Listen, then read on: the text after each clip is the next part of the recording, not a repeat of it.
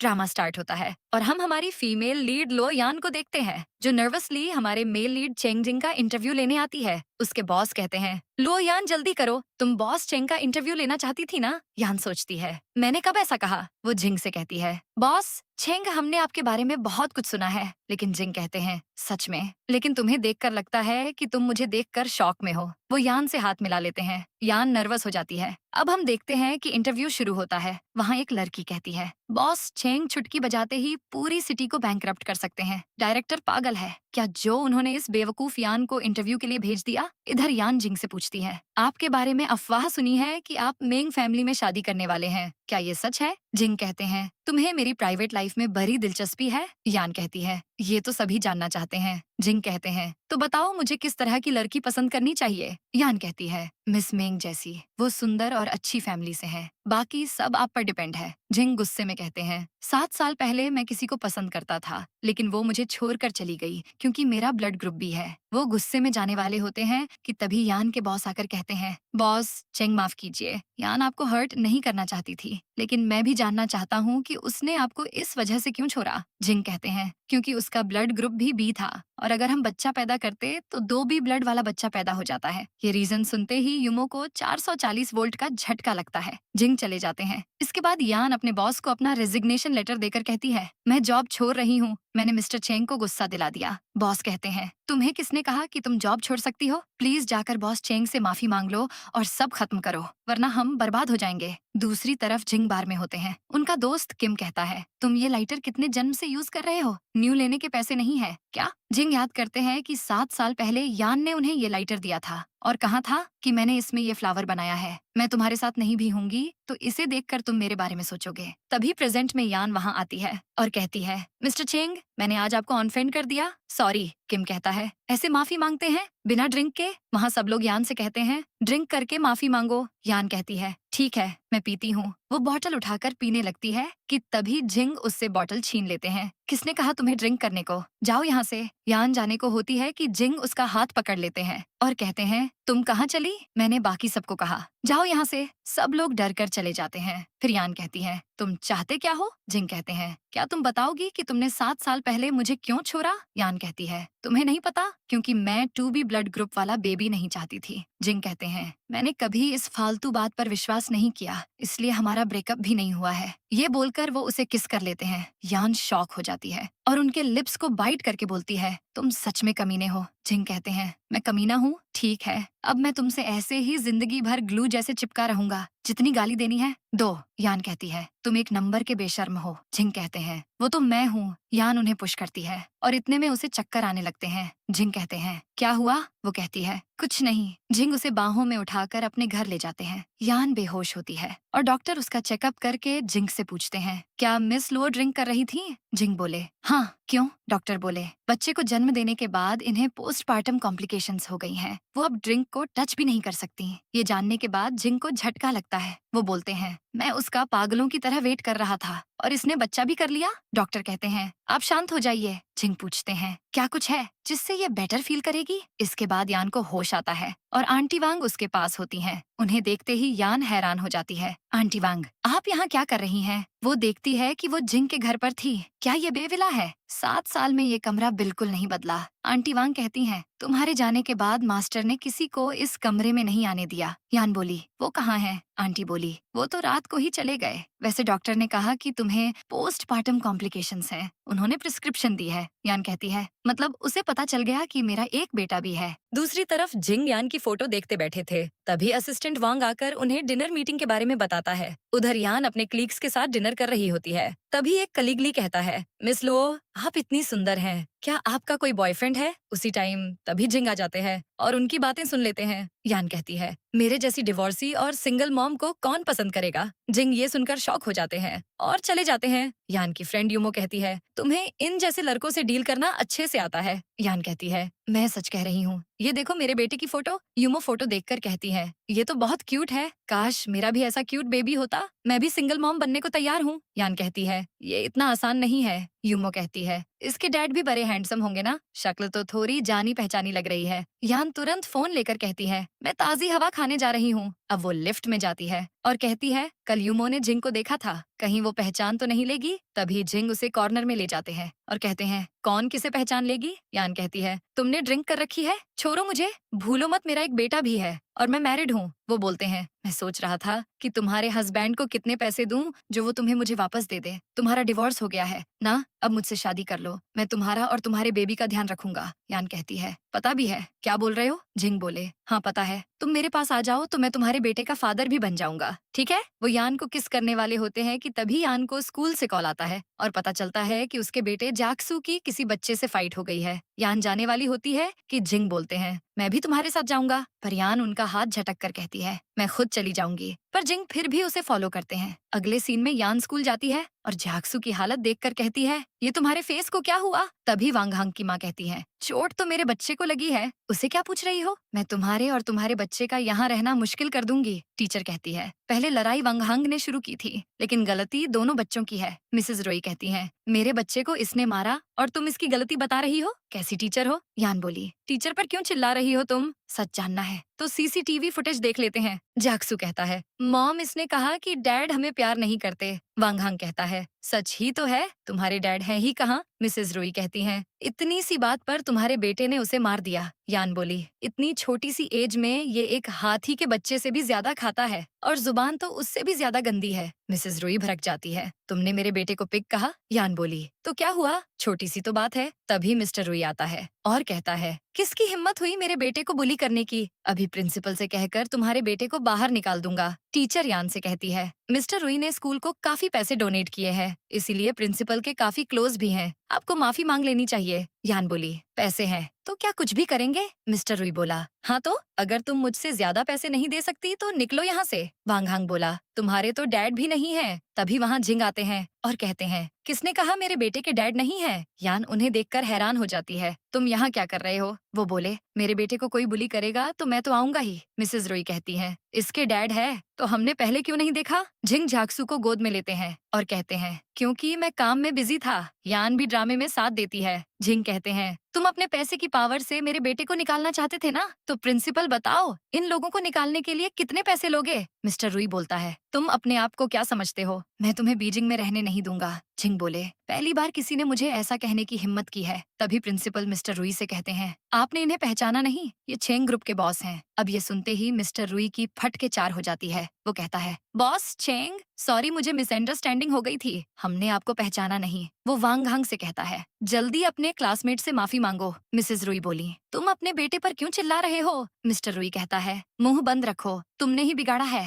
इसे, हमने माफी नहीं मांगी तो सड़क पर आ जाएंगे। मिसेस रुई और वांग हांग सॉरी बोल देते हैं और फिर जिंग यान का हाथ पकड़कर चले जाते हैं। बाहर जाते हुए यान सोचती है, जिंग को पता नहीं चलना चाहिए कि जैक्सू उसी का बेटा है। तभी जिंग यान से कहते हैं, तुमने एक्सेप्ट कर लिया कि मैं जैक्सू का डैड हूँ? वो कहती है, सिचुएशन ही ऐसी थी। जिंग कहते हैं, लेकिन अब तुम्हें मेरी रिस्पॉन्सिबिलिटी लेनी पड़ेगी, तुम मुझे यूज करके छोड़ नहीं सकती, मुझे रिवॉर्ड चाहिए। यान कहती है, कैसा रिवॉर्ड? तभी जिंग जियाक्सू की आंखें बंद करके उसे किस कर लेते हैं। जियाक्सू उनका हाथ हटाकर कहता है, आप लोग क्या कर रहे थे? यान कहती है, कुछ नहीं, चलो चलते हैं। वो उसे ले जाती है। अब वो घर पहुंचती है। तभी जियाक्सू कहता है, मॉम क्या आप डैड को पसंद नहीं करती? ये बात यान की मॉम मिसेस लो सुन लेती है और कहती हैं, कौन डैड? यान तुम क्या इसे जिंग से मिलाने गई थी? तुम क्या अब भी मुझे ब्लेम करती हो क्योंकि 7 साल पहले मैंने तुम्हें अब्रॉड जाने के लिए जबरदस्ती किया? वो कहती है, आप पिछली बातों को फिर से मत याद दिलाइए। मिसेस लुओ बोलती हैं, मैं जानती हूँ तुम मुझे अब भी ब्लेम करती हो,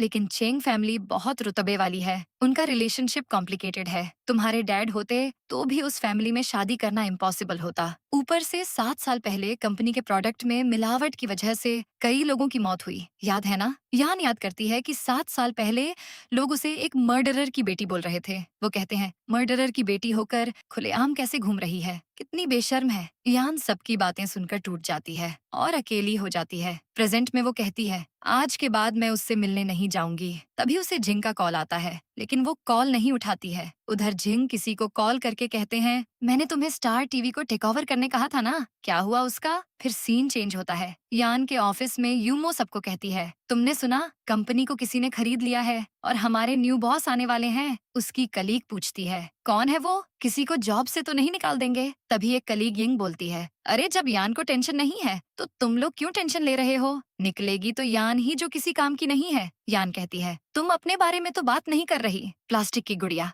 यिंग भड़क जाती है। इतने में न्यू बॉस यानी जिंग की एंट्री होती है और यान उन्हें देखकर चौंक जाती है। वो सोचती है, जिंग यहाँ कैसे हो सकता है? तो युमो यान से कहती है, मुझे पता चल गया कि तुम्हारा बेटा किसके जैसा दिखता है। यान बोलती है, चुप रहो तुम। वो कहती है, बॉस चेंग तुम्हारे एक्स हस्बैंड है ना, उन्होंने ये कंपनी तुम्हें वापस पाने के लिए खरीदी है। यान कहती है, आजकल कई बच्चे सेलिब्रिटी जैसे दिखते हैं, क्या वो सब स्टार किड्स हैं? युमो कहती है, फिर तुम शॉक में क्यों थी? वो बोली, क्योंकि मैंने उन्हें ऑनफेंड कर दिया था। उन्होंने तुम्हारी बातें सुन ली तो सोचेंगे कि मैं उन्हें सिड्यूस करने की कोशिश कर रही हूँ, फिर मुझे निकाल देंगे। युमो कहती है, सॉरी, मैं अब ऐसा नहीं बोलूंगी। इतने में जिंग उसे कॉल करके ऑफिस में आने बोलते हैं। यान चली जाती है। कलीग कहती है, कहीं बॉस चेंग उसे फायर करने को नहीं बुला रहे? यिंग कहती है, अच्छा ही है, किसने कहा था इसे उनके सामने अपना मुंह चलाने के लिए? उधर जिंग यान को डोर बंद करने कहते हैं और फिर उसे बाहों में लेकर कहते हैं, क्या बात है, तुम रात भर सोई नहीं, मेरे बारे में सोच रही थी क्या? वो कहती है, किसने कहा?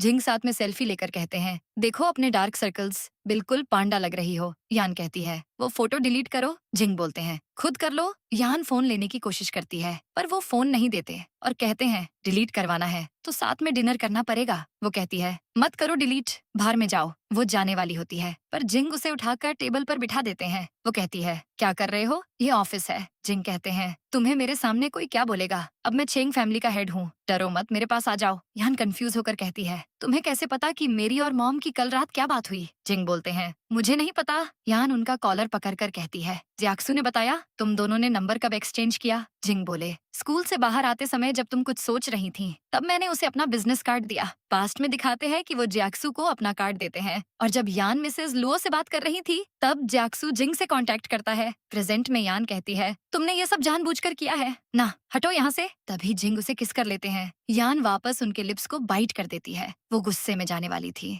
कि डोर खोलते ही वो मेंग फैमिली की डॉटर मेंग युए को देखती है। युए अंदर जाती है और कहती है, जिंग तुमने ये फालतू सा टीवी स्टेशन क्यों खरीदा? यान सोचती है, ये तो जिंग की फियांसे है। युए कहती है, और ये लिप्स को क्या हुआ? जिंग कहते हैं, तुम हो कौन ये जानने वाली? युए कहती है, दादाजी चाहते हैं तुम ओल्ड हाउस डिनर पर आओ, क्या आज तुम फ्री हो? वो बोलते हैं, नहीं, अब मेरा माथा मत खाओ। युए गुस्से में कहती है, तुम हमेशा मुझे मना कर देते हो, क्या तुम उस लड़की को भूल नहीं सकते? या यहाँ कोई और कमीनी तुम्हें सिड्यूस कर रही है? क्या वो वही है जो अभी बाहर गई? जिंग भड़क जाते हैं, मेरे दिमाग का दही मत करो, निकलो यहाँ से। युए का पोपट हो जाता है और वो बाहर जाती है। वहाँ वो यान को देखती है और कहती है, क्या तुम मुझे पानी दे सकती हो? यान उसे पानी देने जाती है। तभी युए कहती है, तुम्हें लोगों की लाइफ में दूसरी औरत बनने का शौक है क्या? यान कहती है, तुम्हें हर लड़की वैसी लगती है, क्या तुम खुद वैसी हो? युए कहती है, ये मत सोचना कि जिंग को सिड्यूस करके तुम चेंग फैमिली में आ जाओगी, सिर्फ मैं उससे शादी कर सकती हूँ। यान बोली, तो मेरे पास क्या करने आई हो? यहाँ टाइम वेस्ट करने के बजाय जिंग का दिल जीत लो। यान जाने लगती है कि युए कहती है, तुम 7 साल पहले चली गई थी तो अब वापस क्यों आई हो? जिंग अब मेरा फियांसे है, अगर तुम बीच में आई तो मैं सबको बता दूंगी कि तुम्हारा बाप मर्डरर था। यान को गुस्सा आता है तो वो उसके कान के नीचे बजा देती है और बोलती है, मेरे डैड मर्डरर नहीं थे। युए शॉक में होती है, फिर बोलती है, वो टॉक्सिक प्रोडक्ट्स बेचते थे जिससे कई लोगों की जान चली गई। यान बोली, उन्हें फंसाया गया था। एक बात सुन लो, फिर से ऐसा बोला, मैं तुम्हारी फैमिली को चैन से जीने नहीं दूंगी। वो चली जाती है। उसके बाद यान घर पहुंचती है तो जियाक्सू भागते हुए उसके पास आता है तो यान उससे कहती है, तुम्हारी हिम्मत कैसे हुई अपनी मॉम को चीट करने की? कितनी रिश्वत ली है तुमने जिंग से? जियाक्सू कहता है, मैंने तो चीट नहीं किया। यान बोली, फिर उसे कैसे पता चला मेरे और मॉम की फाइट के बारे में? जियाक्सू कहता है, जब आप नानी से बहस कर रही थी तब मैंने डैड को कॉल किया। आप गुस्सा मत हो, मैं अभी डैड को ब्लॉक कर देता हूँ। दूसरी तरफ जिंग मीटिंग कर रहे होते हैं तभी जियाक्सू उन्हें मैसेज करके कहता है, डैड हमें ब्रेकअप करना होगा, मुझसे कांटेक्ट मत करना। जिंग के तोते उड़ जाते हैं और उनका रिएक्शन देखकर सब लोग कंफ्यूज हो जाते हैं। जिंग कहते हैं, असिस्टेंट वांग के अलावा सब लोग जाओ। सब लोग चले जाते हैं। वांग कहता है, क्या हुआ बॉस? जिंग कहते हैं, अगर तुम किसी को ऑफेंड कर दो और वो तुम्हें ब्लॉक कर दे तो क्या करना चाहिए? वांग पूछता है, क्या आप मिसेस चेंग की बात कर रहे हैं? जिंग बोले, नहीं, उसके बेटे की। वांग कहता है, बच्चे का दिल जीतना है तो उसे गिफ्ट दे दीजिए। सोचिए, बचपन में आपको क्या पसंद था वही आप उसे दे दीजिए। जिंग बोले, मैं समझ गया। अब जिंग यान के घर जाते हैं। वो डोर ओपन करती है और उन्हें देखकर शॉक हो जाती है। तुम यहाँ क्या कर रहे हो? वो नाइट सूट में होती है और फौरन डोर बंद करने की कोशिश करती है, लेकिन जिंग बीच में पैर रख देते हैं और कहते हैं, मुझे जियाक्सु को गिफ्ट देना है। जिंग अंदर आ जाते हैं। यान कहती है, वो घर पर नहीं है। जिंग कहते हैं, तो मैं वेट कर लूंगा। तभी जियाक्सु की आवाज आती है और यान डर जाती है। वो कहती है, मॉम आती होगी, जल्दी कहीं छुप जाओ। वो जिंग को वॉशरूम में छुप देती है, लेकिन गिफ्ट वाला बैग वहीं गिर जाता है। फिर मिसेस लुओ और जियाक्सु आते हैं। मिसेस लू कहती हैं, तुम क्या कर रही हो? यान बोली, मैं बस शावर लेकर आई हूँ। मिसेस लू बोली, इतनी जल्दी शावर लेने की क्या जरूरत थी? तभी जियाक्सु बैग को देखकर बोलता है, ये क्या है? यान डर जाती है और कहती है, ये मेरी तरफ से तुम्हारे लिए गिफ्ट है। जियाक्सु देखता है कि उसमें नेशनल कॉलेज एंट्रेंस एग्जाम के डिफिकल्ट क्वेश्चन के बुक थे। मिसेस लू कहती हैं, ऐसे गिफ्ट का क्या मतलब है? यान कहती है, मैं नहीं चाहती कि जियाक्सु पढ़ाई में पीछे रह जाए। वैसे नीचे एक न्यू इंटरेस्ट क्लास ओपन हुआ है, अब जियाक्सु के साथ जाकर एक बार चेक कराइए। उसी टाइम वॉशरूम से कुछ आवाज आती है। मिसेस लू कहती हैं, ये कैसी आवाज थी? जियाक्सु कहता है, मैंने भी सुनी। यान कहती है, नहीं, आप लोगों के कान बज रहे हैं। लेकिन मिसेस लुओ कहती हैं, मैं जब आई तब डोर ओपन था, कोई अंदर घुस गया होगा। तो वो वॉशरूम का डोर ओपन करने वाली थी कि यान उन्हें रोक लेती है। आप भूल गईं, मैं अभी तो शावर लेकर आई थी। अंदर कोई कैसे हो सकता है? हो सकता है अंदर चूहा हो। मिसेस लुओ डर जाती है। यान कहती है, आप जियाक्सु को क्लास के लिए ले जाइए, आज ओपनिंग है तो डिस्काउंट भी मिल सकता है। यहाँ मैं सब संभाल लूंगी। मिसेस लुओ मान जाती हैं, जियाक्सु को लेकर चली जाती है। फिर यान वॉशरूम का डोर ओपन करती है और जिंग अपनी शर्ट के बटन खोलकर खड़े होते हैं। यान उन्हें देखकर मुंह फेर लेती है। जिंग कहते हैं, फ्री शो है, देख लो। वो कहती है, मुझे नहीं देखना। जिंग उसे पास खींचकर कहते हैं, तो टच करके देख लो। वो उन्हें पुश करके कहती है, मैं क्लॉथ्स लाती हूँ, तुम चेंज करके निकल जाना। वो चली जाती है और फिर जिंग असिस्टेंट को कॉल करके कहते हैं, पता करो कि मेंग या चेंग फैमिली से कोई यान से बात करने आया था क्या। उसके बाद सीन बदलता है और जिंग की बहन चेंग चांग की एंट्री होती है। फैंस उसे देखकर पागल हो जाते हैं। यान ये देखकर कहती है, ये लोग कुछ ज्यादा ही पागल हो रहे हैं। तभी यिंग कहती है, तुम्हें क्यों जलन हो रही है? वो इतनी बड़ी स्टार है, लोग उसे पसंद करते हैं। तुम्हारी तरह डिवोर्स्ड और सिंगल मॉम को कौन पसंद करेगा? यान कहती है, तुम्हें कोई क्यों पसंद नहीं करता? शायद तुम्हारी शक्ल ही गंदी है, इसीलिए। यिंग गुस्से में चली जाती है। यान याद करती है कि वो और चैंग बेस्ट फ्रेंड्स थे। पास्ट में दिखाते हैं कि चैंग यान से कहती है, तुम मुझसे वादा करो कि हम हमेशा बेस्ट फ्रेंड्स रहेंगे, भले ही तुम्हारी मेरे भाई से लड़ाई क्यों ना हो जाए। तुम मुझे इग्नोर नहीं करोगी। यान उसे प्रॉमिस करती है। प्रेजेंट में वो सोचती है, 7 साल तक हमारा कोई कांटेक्ट नहीं था,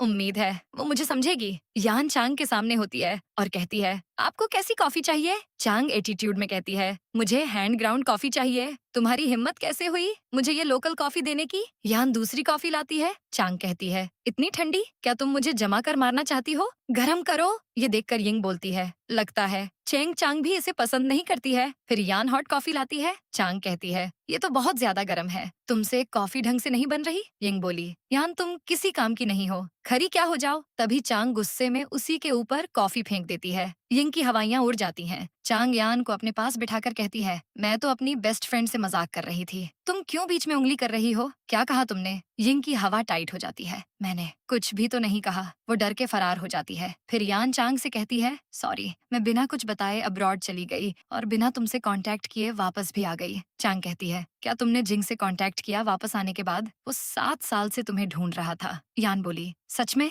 चांग कहती है, उसने सब कुछ उथल पुथल कर डाला था, लेकिन क्या 7 साल पहले तुम अपने डैड के कारण चली गई थी? और क्या इसलिए कि जिंग ने तुम्हारा कॉल नहीं उठाया? यान हाँ बोलती है। पास्ट में दिखाते हैं कि यान के डैड की डेथ के बाद यान अब्रॉड जाने से पहले जिंग को कॉल करती है, लेकिन वो कॉल नहीं उठाते। फिर उनका मैसेज आता है कि मैंने हाँ बोल दिया है, मैं यूएस से शादी करूंगा। यान के दिल के हजारों टुकड़े हो जाते हैं। मिसेस लू आती है और कहती है, मैंने तुम्हारा सामान पैक कर दिया है, तुम्हें अब्रॉड चले जाना चाहिए। प्रेजेंट में ये याद करके यान चांग से कहती है, वजह जो भी हो, अब हम दोनों का ब्रेकअप हो गया है और उसने एंगेजमेंट भी कर ली है। तो चांग कहती है, किसने कहा? चेंग युआन उसकी शादी बस बिजनेस के लिए करवाना चाहता था, लेकिन जिंग ने मना कर दिया था। यान शॉक हो जाती है। चांग कहती है, 7 साल पहले उसे घर में लॉक कर दिया गया था, इसलिए उसने तुम्हारा कॉल नहीं उठाया। फिर बाद में उसने फैमिली से सारे रिश्ते भी तोड़ दिए। यान कहती है, लेकिन वो तो चेंग ग्रुप का सीईओ है ना। दूसरी तरफ हम जिंग को देखते हैं, जो अपने ओल्ड हाउस जाते हैं। वहाँ उनका डैड चेंग युआन और उनके अंकल्स भी होते हैं। जिंग एटीट्यूड में वहाँ बैठते हैं तो उनका एक अंकल बोलता है, अपना एटीट्यूड तो देखो। जिंग कहते हैं, बुलाया क्यों है वो बताओ। मेंढक के जैसे टर्टर करने की जरूरत नहीं है, अंकल कहता है, तुम 28 साल के हो गए हो, अब तुम्हें यूएस से एंगेजमेंट कर लेनी चाहिए। दूसरा अंकल कहता है, उसके दादाजी कई बार हमारे यहाँ आ चुके हैं, अगर हमने डेट फाइनल नहीं की तो अच्छा नहीं होगा। जिंग कहते हैं, वो आपको इतनी पसंद है तो आंटी को डिवोर्स देकर खुद उससे शादी कर लीजिए, बात तो बिजनेस डील की है ना, शादी किसी से भी हो क्या फर्क पड़ता है। अंकल गुस्से में कहता है, दिमाग खराब हो गया है क्या तुम्हारा। युआन कहता है, क्या खराबी है, यूए में क्या यान वापस आ गई है इसलिए ऐसा कर रहे हो, क्या तुम भूल गए। जिंग गुस्से में बोले, मैं कैसे भूल सकता हूँ, तुम्हारी वजह से ही यान को इतने साल इतनी तकलीफ हुई है। वो उसका कॉलर पकड़कर कहते हैं, चेंग युआन तुम याद रखना, अगर मेरे फड्डे में टांग अराया तो तुम्हारे पास तुम्हारी मिस्ट्रेस के अलावा कुछ नहीं बचेगा। जिंग उसे पुश कर देते हैं, फिर युआन एक बाउल से जिंग के सर पर मार देता है। जिंग के हेड से थोड़ा खून बहने लगता है, पर जिंग कहते हैं, तुम बस देखते जाओ, अब मैं क्या करता हूँ। ये बोलकर वो चले जाते हैं। बाहर असिस्टेंट वांग जिंग से कहता है, बॉस आपने मुझे इन्वेस्टिगेशन करने को कहा था ना, पता चला है कि मिस मेंग ने मिस लुओ से अकेले में बात की थी। जिंग बोले, उसकी फैमिली को सबक सिखाना ही पड़ेगा, उन्हें कहो कि अपनी बेटी को हद में रखें। तभी जिंग को उनके दादाजी का कॉल आता है। जिंग कहते हैं, उन नमूनों ने आपसे मेरी कंप्लेन कर दी। दादाजी बोले, तुम शादी नहीं करना चाहते तो मुझे एक पोता ही दे दो, वरना हमारा वंश आगे कैसे बढ़ेगा। जिंग बोले, मुझे वाइफ मिल गई है और वो अपने साथ एक बेटा भी लाई है, वो आपको ग्रेट ग्रैंडपा बोल सकता है ना। दादाजी कहते हैं, बदतमीज, मुझे तुम्हारा अपना बेटा चाहिए, वरना मैं तुम्हारे सारे शेयर्स तुम्हारे डैड और अंकल्स को ट्रांसफर कर दूंगा। वो कॉल कट कर देते हैं। वांग कहता है, उन्होंने ऐसा किया तो पहले वो लोग आपको ग्रुप से निकाल देंगे। जिंग कहते हैं, करके तो दिखाएं। इतने में यान का कॉल आता है। वो कहती है, जिंग मुझे बात करनी है, क्या तुम फ्री हो। वो कहते हैं, मैं अभी आता हूँ। वो उससे मिलने निकल जाते हैं। इधर यान चांग से कहती है, काम खत्म होने के बाद मैं तुम्हें एक अच्छे रेस्तरां में लेकर जाऊंगी। तभी चांग के इंटरव्यू का टाइम हो जाता है और वो चली जाती है। फिर यान अपनी और जिंग की फोटो देखकर याद करती है कि चांग ने क्या बताया था। वो कहती है कि जिंग तुम्हें पागलों की तरह ढूंढ रहा था और उसने अपने आप को वर्काहोलिक बना लिया था। ज्यादा काम करने की वजह से वो हॉस्पिटल में भी एडमिट हो गया। वो ये सब ज्यादा पावर हासिल करने के लिए कर रहा था ताकि तुम्हें प्रोटेक्ट कर सके। यान इमोशनल हो जाती है। फिर वहाँ जिंग आते हैं। यान कहती है, तुम्हें चोट कैसे लगी। जिंग बोले, ये कुछ भी नहीं है। वांग कहता है, मिस लो बॉस आपसे जल्दी मिलना चाहते थे, इसलिए ओल्ड हाउस से बिना मेडिसिन लगाए ऐसे ही आ गए। वो बोलती है, क्या ये चोट ओल्ड हाउस में लगी। वांग बोलता है, हाँ, इनके डैड और अंकल इन्हें शादी के लिए जबरदस्ती कर रहे हैं। बॉस माने नहीं तो उन्होंने लड़ाई शुरू कर दी। यान गुस्से में बोली, बिजनेस मैरिज ही करनी है तो खुद कर लेना, जिंग को क्यों जबरदस्ती कर रहे हैं। उसकी फिक्र देखकर जिंग को अच्छा लगता है। वो बोलते हैं, तुम्हें अपसेट होने की जरूरत नहीं है, मैं ठीक हूँ। यान कहती है, क्या मैं तुम्हारे लिए इम्पोर्टेंट हूँ। वो कहते हैं, सबसे ज्यादा। यान बोली, मेरा एक बच्चा है। फिर भी। वो कहते हैं, फिर भी मैं तुमसे ही प्यार करूंगा, लेकिन वादा करो कि तुम अपने एक्स से कांटेक्ट नहीं करोगी, वरना मुझे जलन होगी। जियाक्सु के लिए मैं हूँ ना। यान उन्हें सच बताने वाली होती है कि तभी वांग कहता है, बॉस चैंगजोउ प्रोजेक्ट में प्रॉब्लम आ गई है, आपको चलना होगा। जिंग कहते हैं, बाहर में जाए प्रोजेक्ट, लेकिन यान कहती है, पहले तुम अपना काम खत्म करके आओ। जिंग कहते हैं, आते तक तुम्हारा मूड बदल गया तो। वो कहती है, हो सकता है। तभी जिंग उसे किस कर लेते हैं। सीन चेंज होता है। तभी वहाँ ली चुई हुआंग नाम की औरत आती है और कहती है, यान तुम अपने बेटे को फिर से बाहर ले गई थी, अकेले बच्चे को पालना बहुत मुश्किल है, तुम मेरे भाई से शादी क्यों नहीं कर लेती, उसका अभी डिवोर्स हुआ है। यान कहती है, आंटी ली वो 50 साल का बुढ़ा है और उसने अपनी वाइफ को चीट किया था, ऐसे आदमी की तरफ मैं देखूं भी ना। चुई हुआंग बोली, तुम्हारी हिम्मत कैसे हुई ऐसा कहने की, टीवी स्टेशन में काम करके खुद को क्या समझने लगी हो। सब जानते हैं कि तुम्हें किसी आदमी ने छोड़ा है और उस कमीने का बच्चा तुम पाल रही हो। यान गुस्से में उसको एक थप्पड़ मार देती है। मेरे बेटे के डैड हैं, फालतू बात की तो जबरा तोड़ दूंगी। वो जियाक्सु को ले जाती है। फिर यान जियाक्सु से कहती है, तुम उसकी बात मत सुनना, तुम्हारे डैड बस बिजी है और वो जल्दी आएंगे। जियाक्सु कहता है, आप फिक्र मत कीजिए, मैं समझ सकता हूँ। वो मन में कहता है, पक्का इनकी और डैड की लड़ाई अभी खत्म नहीं हुई है। यान को उसकी बातें सुनकर डाउट तो होता है। दूसरी तरफ जिंग को दादाजी वापस कॉल करते हैं और कहते हैं, मैंने तुम्हारे 100 ब्लाइंड डेट्स फिक्स की हैं, इस बार तो मुझे अपना पोता चाहिए ही चाहिए। जिंग बोले, मेरा ऑलरेडी एक बेटा है। दादाजी बोलते हैं, वो तुम्हारा बायोलॉजिकल बेटा नहीं है, मुझे बायोलॉजिकल ग्रैंडचाइल्ड चाहिए। दूसरी तरफ हम देखते हैं कि जियाक्सु पियानो प्ले कर रहा होता है और यान भी वहीं होती है। लोग जियाक्सु के स्किल्स की तारीफ करते हैं। तभी वहाँ जिंग का भाई शुशाओ और उसका दोस्त जिम आ जाते हैं। जिम जियाक्सु को देखकर शॉक होकर कहता है, देखो तुम्हारा भाई छोटा बच्चा बन गया है। शुशाओ की नजर जियाक्सु पर जाती है और वो भी हैरान हो जाता है, ये तो बिल्कुल जिंग जैसा दिखता है। शुशाओ उसकी पिक्चर्स लेता है। यान जियाक्सु को लेकर चली जाती है, लेकिन वो दोनों उनके पीछे जाते हैं। जियाक्सु वॉशरूम जाता है और दोनों उसके पास आते हैं। जिम जियाक्सु से पूछता है, क्या बाहर जो लेडी है वो तुम्हारी मॉम है? जियाक्सु बोलता है, तो क्या वो डैड लगती है? अब शू शाओ जियाक्सु से पूछता है, तुम अपनी मॉम के साथ घूमने आए हो, तुम्हारे डैड कहाँ हैं? जिम कहता है, इसके एक्सप्रेशन और टोन बिल्कुल तुम्हारे भाई के जैसे हैं। जियाक्सु अपने स्मार्ट वॉच पर नंबर डायल करके कहता है, तुम दोनों मुझसे दूर रहो वरना पुलिस को कॉल कर दूंगा। फिर वो यान के पास चला जाता है। फिर शू शाओ कहता है, ये तो 100% मेरे भाई का ही बेटा है। अब शू शाओ जिंग को कॉल करके कहता है, ब्रो तुम्हारा बेटा भी है। जिंग कहते हैं, तुम्हें कैसे पता? ये बात इतनी जल्दी कैसे फैल गई? शू शाओ कहता है, तुम्हें पहले से पता है तो तुमने बताया क्यों नहीं? हमने उस बच्चे के हेयर सैंपल्स लेकर पैटर्निटी टेस्ट भी करवा लिया, वो तुम्हारा अपना बेटा है। ये सुनकर जिंग के होश उड़ जाते हैं। क्या कहा? वो मेरा बेटा है? शू शाओ बोलता है, हाँ क्यों, तुम मिले नहीं उससे? ये सुनते ही जिंग फॉरेन कैपिटल जाने के लिए फ्लाइट बुक कर लेते हैं। दूसरी तरफ यान उनके मैसेज का वेट कर रही होती है। तभी कोई डोर बेल बजाता है और जियाक्सु डोर ओपन करता है। सामने जिंग होते हैं जो उसे देखकर इमोशनल हो जाते हैं और कहते हैं, जियाक्सु मैं ही तुम्हारा डैड हूँ। वो उसे हग कर लेते हैं। यान भी इमोशनल हो जाती है। फिर मिसेस लुओ आती है और जिंग से कहती हैं, तुम अंदर आ जाओ, मैं जियाक्सु को वॉक पर ले जाती हूँ। वो उसे ले जाती हैं। फिर यान कहती है, तुम्हें सच पता चल गया?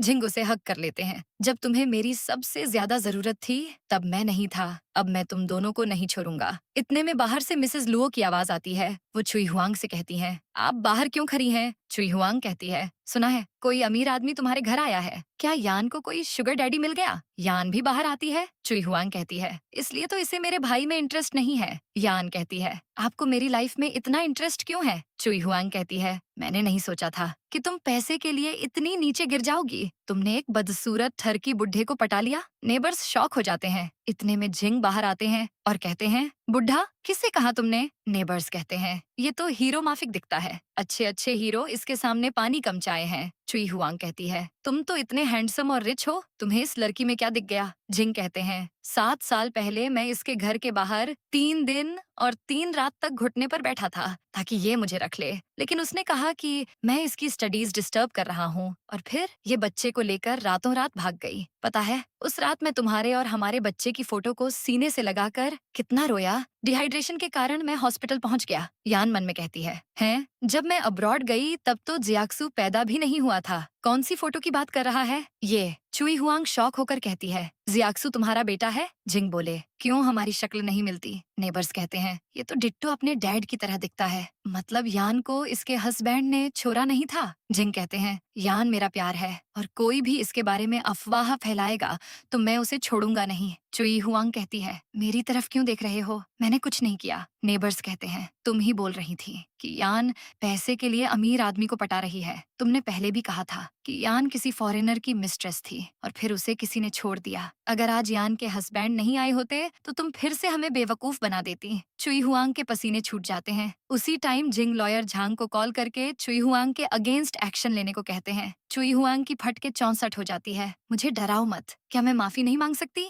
जिंग बोले, माफी मांगने से सब ठीक हो जाता तो लॉ की क्या जरूरत थी? कल तक तुम्हें नोटिस मिल जाएगा और तुम जहाँ काम करती हो वहाँ के सुपरवाइजर को भी पता चल जाएगा कि तुम किस तरह की औरत हो। चुई हुआंग को झटका लगता है। वो और नेबर्स डर के मारे भाग जाते हैं। फिर यान जिंग से कहती है, ये तुम क्या बकवास कर रहे थे? वो कहते हैं, मैंने झूठ कहा क्या? तुम बेबी के साथ भाग तो गई थी। अब मिसेस लुओ कहती हैं, तुम हमारे साथ डिनर कर सकते हो, मैं अभी बना देती हूँ। यान भी उन्हें फॉलो करती है। मिसेस लुओ अपसेट होती हैं। यान उनसे कहती है, अगर मैं जिंग के पास वापस चली जाऊं तो? मिसेस लुओ कहती हैं, मुझसे क्या पूछ रही हो? मुझे उससे कोई दिक्कत नहीं है, लेकिन वो लोग तुम्हारे डैड के मैटर को लेकर तुम्हें बुली कर सकते हैं। तुम और जिंग तो सब हैंडल कर लोगे, लेकिन जियाक्सु का क्या? यान जिंग और जियाक्सु को देखती है। फिर जिंग किसी से बात कर रहे थे। इतने में यान उनके पास आती है और बोलती है, क्या प्रोजेक्ट वाला इश्यू सॉल्व हो गया? तुम वापस नहीं जाओगे? जिंग कहते हैं, फैमिली से ज्यादा इम्पोर्टेंट कुछ नहीं होता है, मैंने तुम्हें बहुत मिस किया। वो यान से चिपकने की कोशिश करते हैं, लेकिन यान कहती है, बस करो, हम कल ही मिले थे। जिंग कहते हैं, लेकिन मुझे तो लग रहा है बरसों बीत गए। यान मुंह फेर कर कहती है, बहुत देर हो गई है, तुम जाओ। वो हैरान होकर कहते हैं, तुम्हें अचानक क्या हो गया है? तुम वापस मेरे साथ आने वाली थी ना, अब फिर से मुझे दूर कर रही हो। तुम ऐसा नहीं कर सकती। वो उसे जोर से हग कर लेते हैं। यान उन्हें पुश कर देती है। जिंग अपसेट होकर बैठ जाते हैं और फिर उसे गोद में बिठाकर कहते हैं, तुम अगर मुझसे प्यार नहीं करोगी तो भी मैं तुम्हें नहीं छोड़ूंगा। मैं 3 तक गिनूंगा, तुमने कुछ नहीं कहा तो मतलब तुम्हारी हाँ है। वो डायरेक्ट 3 बोल देते हैं और उसे किस करने लगते हैं। यान उनके पैर पर लात मारती है और कहती है निकलो यहाँ से। जिंग चिल्लाते हुए कहते हैं मेरे पैर में दर्द हो रहा है, मैं हिल भी नहीं सकता। यान उनका मुंह बंद करके कहती है ठीक है, लेकिन तुम मेरे रूम में फ्लोर पर सोगे। जिंग ओके बोलते हैं। फिर हम दादाजी को देखते हैं। वो असिस्टेंट से कहते हैं मैंने तुम्हें जो अरेंज करने को बोला था वो हो गया। असिस्टेंट कहता है सब कुछ रेडी है, कल हम उसे यंग मास्टर को डिलीवर कर देंगे। अगले दिन ब्रेकफास्ट के टाइम पर यान, जियाक्सू और जिंग साथ बैठे होते हैं। तभी जिंग को केयर टेकर का कॉल आता है, यंग मास्टर गड़बड़ हो गई है, जल्दी आइए। जिंग यान को लेकर घर जाते हैं और पूछते हैं क्या हुआ। तभी वहाँ कुछ लड़कियां आ जाती हैं। एक नमूजी कहती है बॉस चेंग आप आ गए, मैंने अपना बर्थ चार्ट देखा है, हम दोनों परफेक्ट मैच हैं। फिर दूसरी नमूजी कहती है बॉस चेंग को पढ़ी लिखी लड़की चाहिए, मैंने आईवी लीग से चाइनीज पीएचडी की है। यान कहती है ये चाइनीज पीएचडी क्या है। वो लड़की कहती है तुम कौन हो जो बॉस चेंग पर इम्प्रेशन जमाने की कोशिश कर रही हो। तीसरी नमूजी कहती है हम सब यहाँ ब्लाइंड डेट के लिए आए हैं, लेकिन तुम जैसी फटीचर लड़की का यहाँ कोई काम नहीं है। जिंग भड़क कर कहते हैं यहाँ तुम लोगों का कोई काम नहीं है। यान मैंने इन लोगों को नहीं बुलाया। वो कहती है एक बार में 3 लोगों को बुलाया है, तुमने बड़े कैपेबल हो। जिंग कहते हैं ऐसा नहीं है। फिर उन्हें दादाजी की बात याद आती है और वो बोलते हैं पक्का ये दादाजी का किया धरा है। वो लड़कियों को भगा देते हैं। फिर यान से कहते हैं आज के बाद यहाँ एक फीमेल मच्छर भी नहीं आ पाएगी। यान कहती है मुझे फर्क नहीं पड़ता, जो करना है करो, मैं ऑफिस जा रही हूँ। वो जाती उससे पहले ही शू शाओ जिंग को कॉल करके कहता है ब्रो मैंने सुना कि दादाजी ने तुम्हारे लिए 100 लड़कियां अरेंज की हैं। जिंग फौरन कॉल कट कर देते हैं और यान कहती है अरे वाह तुम तो लेडीज मैन निकले, उन लोगों से मन भर जाए फिर मेरे पीछे आना। वो गुस्से में चली जाती है। जिंग कहते हैं ये सब बुढ़ाऊ की गलती है। दूसरी तरफ दादाजी असिस्टेंट के साथ चेस खेल रहे होते हैं और कहते हैं ये चेस मेरे डैड ने मुझे दिया था, 50 साल हो गए, मैं अभी तक इस गेम को क्रैक नहीं कर पाया हूँ। तभी जियाक्सू वहाँ मास्क पहन कर आता है और गिरे हुए टोकन को उठाकर गेम क्रैक कर देता है। दादाजी को झटका लगता है। वो कहते हैं तुमने इसे क्रैक कर लिया, तुम तो जीनियस हो, मैं इसे 50 साल में भी क्रैक नहीं कर पाया, लो इनाम में चॉकलेट लो। जियाक्सू कहता है मॉम ने कहा है कि स्ट्रेंजर्स से कुछ मत लेना, भले आप मेरे डैड जैसे दिखते हैं। फिर भी दादाजी कहते हैं लेकिन हम तो दोस्त बन गए हैं, दोस्त से तो ले सकते हो। वो उसे चॉकलेट देते हैं। जियाक्सू अपना मास्क निकालता है और दादाजी को फिर से झटका लगता है। वो सोचते हैं ये तो जिंग के जैसा दिखता है, कहीं ये उसका सीक्रेट चाइल्ड तो नहीं। तभी जियाक्सू के स्मार्ट वॉच में यान कॉल करती है और वो वहाँ से चला जाता है।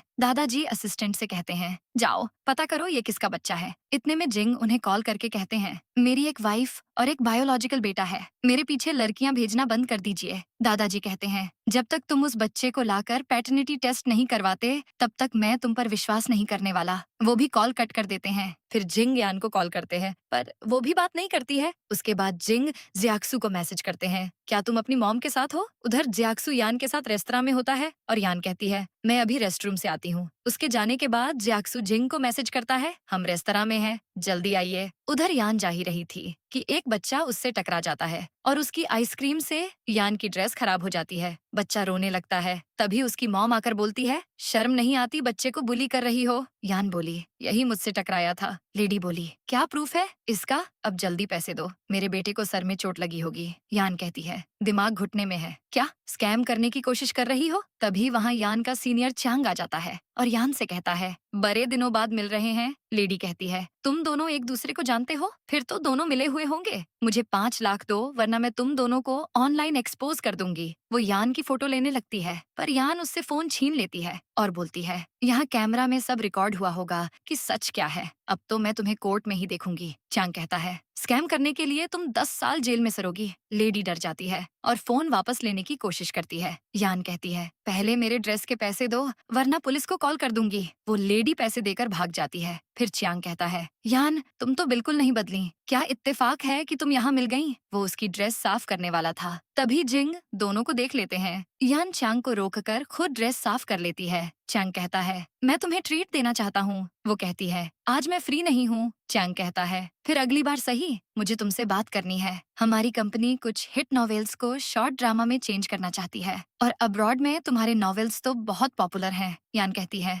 ये तो अच्छी बात है। तभी जिंग जेलस होकर उसे कॉल करते हैं और बोलते हैं बेबी तुम कहाँ हो, मैं और जियाक्सू भूख से मरे जा रहे हैं। यान बोली तुम जियाक्सू के साथ हो, ठीक है मैं आती हूँ। यान चांग को बाएं बोलकर जाने लगती है कि वो पूछता है क्या तुम वापस जिंग के पास चली गई हो? यान बिना जवाब दिए जाने लगती है। चैंग भी अपसेट होकर चला जाता है। इधर जिंग यान के पास आते हैं और कहते हैं, मैंने सब देखा, तुमने मान लिया कि हम वापस एक हो गए हैं। यान बोली, तो तुमने जानबूझकर मुझे अभी कॉल किया था? वह बोले, हाँ, ताकि जियांग तुम्हारा पीछा छोड़ दे। मैंने तुम्हें बचा तो लिया, अब बदले में तुम्हें जियाक्सु के साथ दादाजी से मिलना होगा। वह अपने पोते के लिए मरे जा रहे हैं। क्या तुम चाहती हो कि किसी दिन वह मुझे ड्रग देकर किसी लड़के के साथ सुला दे? नहीं ना, तो मेरी हेल्प कर दो। मैं प्रॉमिस करता हूँ कि जब तक तुम हाँ नहीं बोलोगी तब तक उन्हें हमारे बारे में नहीं बताऊंगा। यान मान जाती है और जिंग खुशी से उसे बाहों में उठा लेते हैं। तभी युए आ जाती है और दोनों को देखकर उसकी जल जाती है। जिंग यान को नीचे उतारकर उसे एक जैस्मिन हार देते हैं। वह बोले, यहाँ आते समय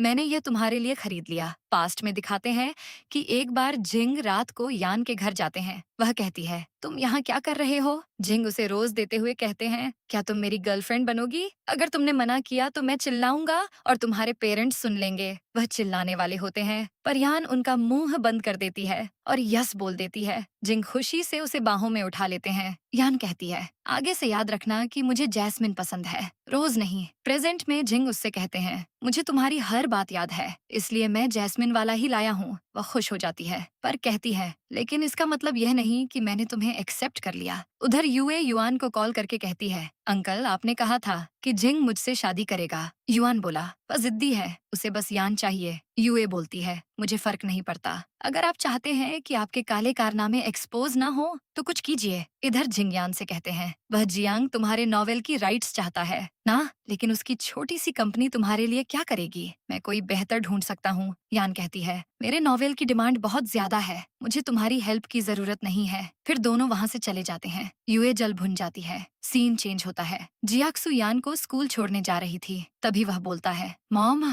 आप खुश लग रही हैं, क्या डैड से आपका पैचअप हो गया? यान कहती है, बात नहीं, अब स्कूल चलते हैं। लेकिन तभी युआन के गार्ड्स आ जाते हैं और कहते हैं, मिस लुओ बॉस आपसे मिलना चाहते हैं। यान शॉक्ड हो जाती है। दूसरी तरफ असिस्टेंट से दादाजी पूछते हैं, क्या तुम्हें उस बच्चे के बारे में पता चला? असिस्टेंट कहता है, वह आपका पोता है। दादाजी का दिल गार्डन गार्डन हो जाता है। वह कहते हैं, मैं जानता था, कहाँ है वह? असिस्टेंट कहता है, छेंग फैमिली में आपके बेटे ने उसे और उसकी मॉम को किडनैप कर लिया है। दादाजी हाइपर हो जाते हैं और कहते हैं, मुझे उसके पास ले चलो। उधर युआन के आदमी यान और जियाक्सु को ले जाते हैं। यान कहती है, किसने भेजा है तुम्हें? ये इलीगल है। तभी युआन वहाँ आता है। जियाक्सु कहता है, मॉम ये कौन है? युआन कहता है, मैंने तुम्हें जिंग से अलग करने के लिए क्या क्या नहीं किया, फिर भी वापस टपक गई तुम। साथ में ये पिल्ला भी ले आई, तुम उसके लायक नहीं हो। उसकी शादी यूएसए होगी। ये लो 5 मिलियन और कंट्री से चली जाओ। यान कहती है, जिंग की कीमत सिर्फ 5 मिलियन है। युआन कहता है, मैं जानता था तुम पैसे की भूखी हो, कितना चाहिए तुम्हें? वह कहती है, मैं 5 बिलियन में भी उसे नहीं छोड़ूंगी। युआन कहता है, तुम ऐसे नहीं मानोगी ना, मैं तुम्हारी टांगें तोड़ दूंगा। देखते हैं फिर जिंग एक अपाहिज को कैसे पसंद करता है। वह उसे मारने वाला होता है कि तभी दादाजी आ जाते हैं और जियाक्सु युआन के गार्ड्स को धक्का देता है। दादाजी जियाक्सु से कहते हैं, तुम ठीक हो? युआन कहता है, डैड आप यहाँ क्या कर रहे हैं?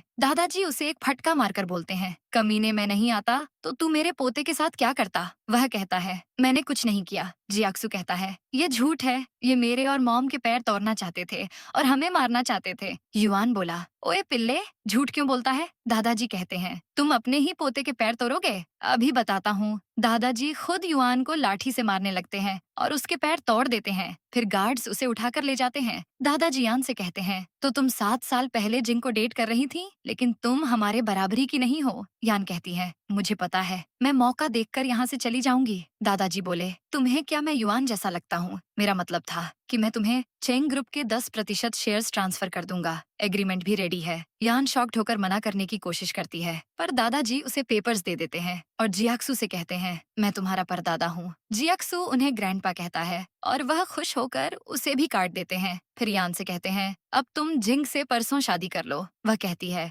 इतनी जल्दी? वह बोले, जियाक्सु तुम्हारा और जिंग का बेटा है, तुम शादी के लिए मान जाओगी तो जियाक्सु हमारा वारिस बन जाएगा। मैं तुम्हारी वेडिंग के दिन स्पेस टूरिज्म कंपनी में इन्वेस्ट करूंगा और तुम्हें प्लेनेट का नेमिंग राइट दूंगा। यान कहती है, दादाजी मैं शादी नहीं कर सकती। तभी जिंग भी आ जाते हैं और उसकी बात सुनने लगते हैं। यान कहती है, मेरे फादर का पास्ट एक्सपोज हो गया तो जियाक्सु के लिए अच्छा नहीं होगा और जिंग की भी बदनामी होगी। जिंग मन में कहते हैं, इसीलिए यह परेशान थी। यान कहती है, जब तक डैड का नाम क्लियर नहीं होता तब तक मैं शादी नहीं कर सकती। तभी जिंग कहते हैं, फिर मैं वादा करता हूँ कि तुम्हारी मदद करूंगा। दादाजी बोलते हैं, तुम दोनों बात कर लो। वह जियाक्सु को लेकर चले जाते हैं। फिर जिंग यान से कहते हैं, मैंने तुम्हें प्रोटेक्ट करने के लिए बहुत मेहनत की है। वह घुटने पर बैठकर उसके हाथ को किस करते बोले, प्लीज मुझे एक चांस दे दो ताकि मैं तुम्हारे सामने खड़ा रह सकूं। यान कहती है, मैं चाहती हूँ तुम मेरे सामने नहीं, मेरे साथ खड़े रहो, पर तुम हमारा रिलेशनशिप पब्लिक नहीं करोगे। जिंग खुश हो जाते हैं और कहते हैं, क्या तुम मेरे पास आने के लिए रेडी हो? यान हाँ बोलती है और वह उसे किस कर लेते हैं। दूसरी तरफ यूए गुस्से में भिनभिनाते हुए कहती है, यान मैं तुम्हें छोड़ूंगी नहीं।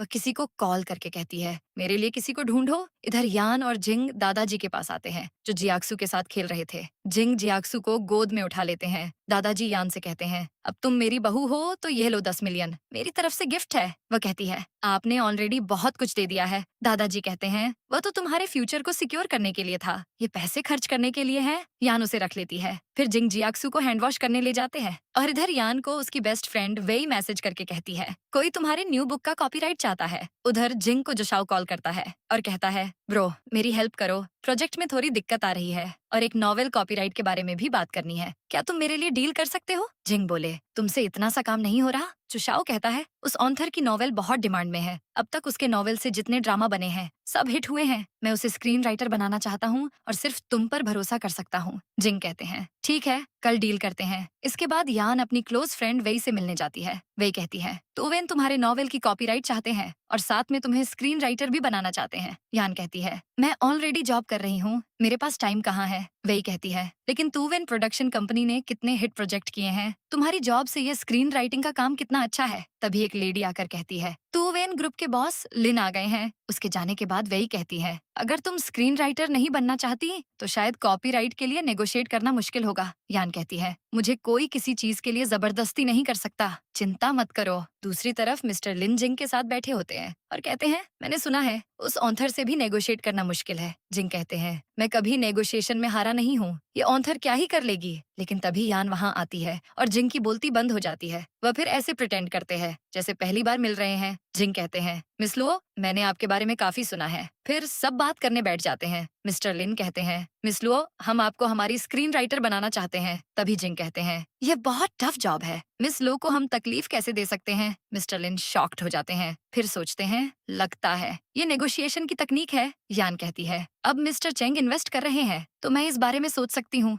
वे भी हैरान होकर कहती है, तुम तो मना कर रही थी। मिस्टर लिन बोले, हाँ मिस्टर चेंग इन्वेस्ट कर रहे हैं, हम आपको 5 मिलियन दे सकते हैं। जिंग कहते हैं, इतना गंदा ऑफर कौन देता है, 50 मिलियन से 1 पैसा कम नहीं होगा। मिस्टर लिन जिंग से कहते हैं, पर जोशाओ का टोटल बजट ही 10 मिलियन है। जिंग बोले, तो मैं पैसे दे दूंगा, मुझे मिस लुओ पर पूरा यकीन है, अगर 50 मिलियन भी कम है तो हम डिस्कस कर सकते हैं। यान कहती है, जरूरत नहीं है, ये ऑलरेडी बहुत है। जिंग बोले, फिर डील पक्की। अब वह बातें ही कर रहे थे कि उसी टाइम उसे यूए मैसेज करके कहती है, तुम्हें अपने डैड के केस के बारे में जानना है तो कल मुझसे अकेले आकर मिलो। यान को शक हो जाता है। अगले दिन वह उससे मिलने जाती है। यान बोलती है, क्यों बुलाया तुमने मुझे यहाँ? यूए कहती है, मैं जानती हूँ तुम्हारे डैड से आखिरी बार कौन मिलने गया था, जब वह टेरेस से कूद गए। यान शॉक्ड हो जाती है। पास्ट में दिखाते हैं कि झूठे इल्जाम में फंसने के बाद मिस्टर लुओ छत से कूदकर सुसाइड कर लेते हैं और यान कुछ नहीं कर पाती है। प्रेजेंट में यूए उसे एक रिकॉर्डिंग सुनाती है जिसमें यान के डैड किसी से कहते हैं, तुम यहाँ क्यों आए हो? यान उसे दोबारा सुनकर कहती है, आगे की रिकॉर्डिंग कहाँ है? यूए कहती है, उसके लिए तुम्हें जिंग को छोड़ना होगा। यान कहती है, कभी नहीं। यूए कहती है, फिर तुम अपने डैड का नाम कभी क्लियर नहीं कर पाओगी। अगर तुम एक फेक बॉयफ्रेंड ढूंढकर जिंग को खुद से दूर कर दो तो मैं तुम्हें रिकॉर्डिंग दे दूंगी। यान कहती है, क्या प्रूफ है कि यह रियल है और तुम अपनी बात से पीछे नहीं हटोगी? यूए की बोलती बंद हो जाती है। यान कहती है, बरी आई मुझसे डील करने। वह जाने वाली होती है कि तभी पीछे से आकर कोई उसे बेहोश कर देता है और यान का फोन वहीं गिर जाता है। यूए कहती है, तुम्हें क्या लगा मैं डील करने आई हूँ? मेरे पास तुम्हें मनाने के और भी तरीके हैं। फिर हम जिंग को देखते हैं जो यान से कांटेक्ट करने की कोशिश करते हैं पर उसका कॉल नहीं लगता। जिंग परेशान होते हैं और वांग को कॉल करके कहते हैं, जल्दी यान की लोकेशन ट्रैक करो। दूसरी तरफ यूए यान को एक होटल रूम में ले जाती है। यान ड्रग के नशे में होती है। यूए एक आदमी से कहती है, अब यह तुम्हारी है, पता है ना क्या करना है? वह आदमी कहता है, आप चिंता मत कीजिए। वह यान के साथ अश्लील हरकत करने की कोशिश करता है और यूए वीडियो बनाने लगती है। इतने में वेई वहाँ गार्ड्स को लेकर आ जाती है। यूए कहती है, तुम कौन हो, निकलो यहाँ से। वेई कहती है, पकड़ लो इन्हें। वह आदमी भागने की कोशिश करता है पर गार्ड्स दोनों को पकड़ लेते हैं। वेई यान से कहती है, तुम ठीक हो? फिर पास्ट में दिखाते हैं कि यूए से मिलने से पहले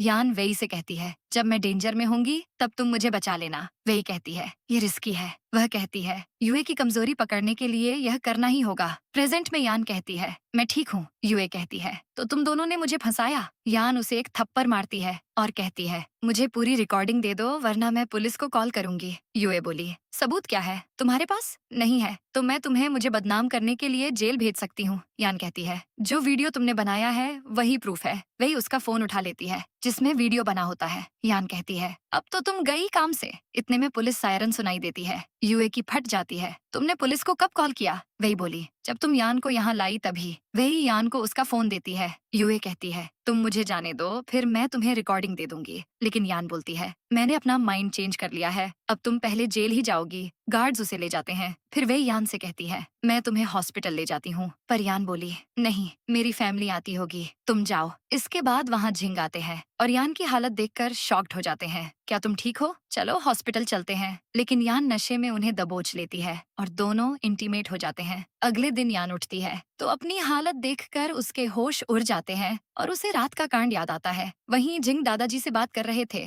दादाजी गुस्से में कहते हैं तुम अपनी वाइफ को भी प्रोटेक्ट नहीं कर सकते? कुछ हो जाता तो? जिंग बोले सॉरी लेकिन मैं मेंग फैमिली को छोड़ने वाला नहीं हूँ। उसके बाद जिंग यान के पास आते हैं। तुम ठीक तो हो? मेंग फैमिली की पावर की वजह से यूए के पर निकल आए हैं। मैं उसे छोड़ूंगा नहीं। यान कहती है उसने कहा कि डैड के मरने से पहले कोई उनसे मिलने आया था। उसके पास रिकॉर्डिंग है। हम मेंग फैमिली पर प्रेशर डालकर उससे वह रिकॉर्डिंग ले सकते हैं। फिर सीन चेंज होता है। जिंग ऑफिस में जियाक्सु को लेकर पहुंच जाते हैं और यान शॉक्ड हो जाती है। कलीग्स पूछते हैं बॉस क्या ये रिलेटिव का बेटा है? जिंग बोले नहीं ये मेरा बेटा है। कलीग कहते हैं इसलिए इतना हैंडसम है। यंग कहती है यंग मास्टर आप इतने हैंडसम हैं तो आपकी मॉम भी बहुत प्रीटी होंगी। जियाक्सु कहता है हाँ वह सबसे सुंदर है। इधर यान जिंग को मैसेज करती है तुमने बताया क्यों नहीं कि तुम जियाक्सु को यहाँ लाने वाले हो? जिंग कहते हैं ये तुम्हारे लिए यहाँ वेट करना चाहता था। यान कहती है लेकिन यूमो जियाक्सु को जानती है। यूमो यान से कहती है मतलब मैंने सही गेस किया था। यान कहती है रुको मैं सब बताती हूँ। यान जिंग से कहती है बॉस मुझे और यूमो की दूसरे डिपार्टमेंट में मीटिंग है हम चलते हैं। वह यूमो को अपने साथ ले जाती है। जिंग भी जियाक्सु को केबिन में ले जाते हैं। फिर कलीग यिंग से कहती है आज तो कोई मीटिंग नहीं है। फिर यान क्यों भाग गई? यिंग कहती है उसे रियलाइज हो गया होगा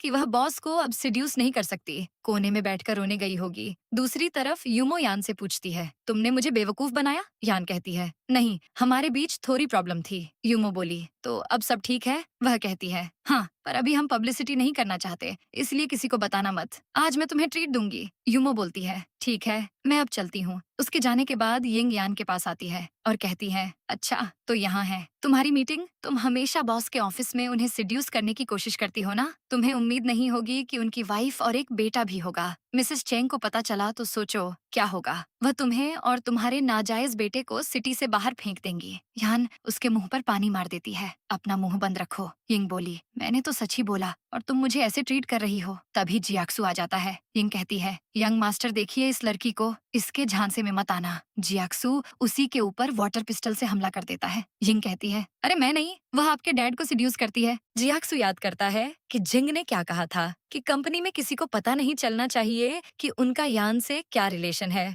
यान भी जियाक्सु को चुप रहने का इशारा करती है। जियाक्सु कहता है वह इतनी प्रीटी है वह बुरी कैसे हो सकती है? तुम ही चुड़ैल हो। यिंग कहती है आप ऐसे कैसे बोल सकते हैं? सुंदर होने के अलावा यह किसी काम की नहीं है। आप बहुत भोले हैं इसीलिए नहीं समझेंगे। तभी जिंग आकर कहते हैं तुम किस बारे में बात कर रही हो? यिंग कहती है बॉस मैंने यान को लड़कों के साथ फ्लर्ट करते देखा है। मैरिड लोगों को भी नहीं छोड़ती है। यान बोली मुझे इस बारे में क्यों नहीं पता। वह कहती है मैंने तो देखा है ना। बॉस आप ऐसी लड़की को यहाँ कैसे रख सकते हैं? कंपनी की रेपुटेशन खराब हो जाएगी। जिंग बोले तो क्या करना चाहिए? वह कहती है निकाल दीजिए इसे और इंडस्ट्री से ब्लैकलिस्ट कर दीजिए। जिंग बोले बहुत बढ़िया। वांग सुना ना जल्दी से यिंग को फायर कर दो। यिंग कहती है बॉस मैं सच कह रही हूँ हर लड़का इसमें इंटरेस्टेड है। जिंग कहते हैं वह इसीलिए क्योंकि यह अच्छी है और तुम इसे बदनाम करने की कोशिश कर रही हो। निकलो यहाँ से मैं तुम्हें इस इंडस्ट्री में भी नहीं देखना चाहता। यिंग का पोपट हो जाता है। वह कहती है सॉरी मैं ऐसा दोबारा नहीं करूंगी। पर वांग उसे बाहर निकाल देता है। इसके बाद वह तीनों घर जाते हैं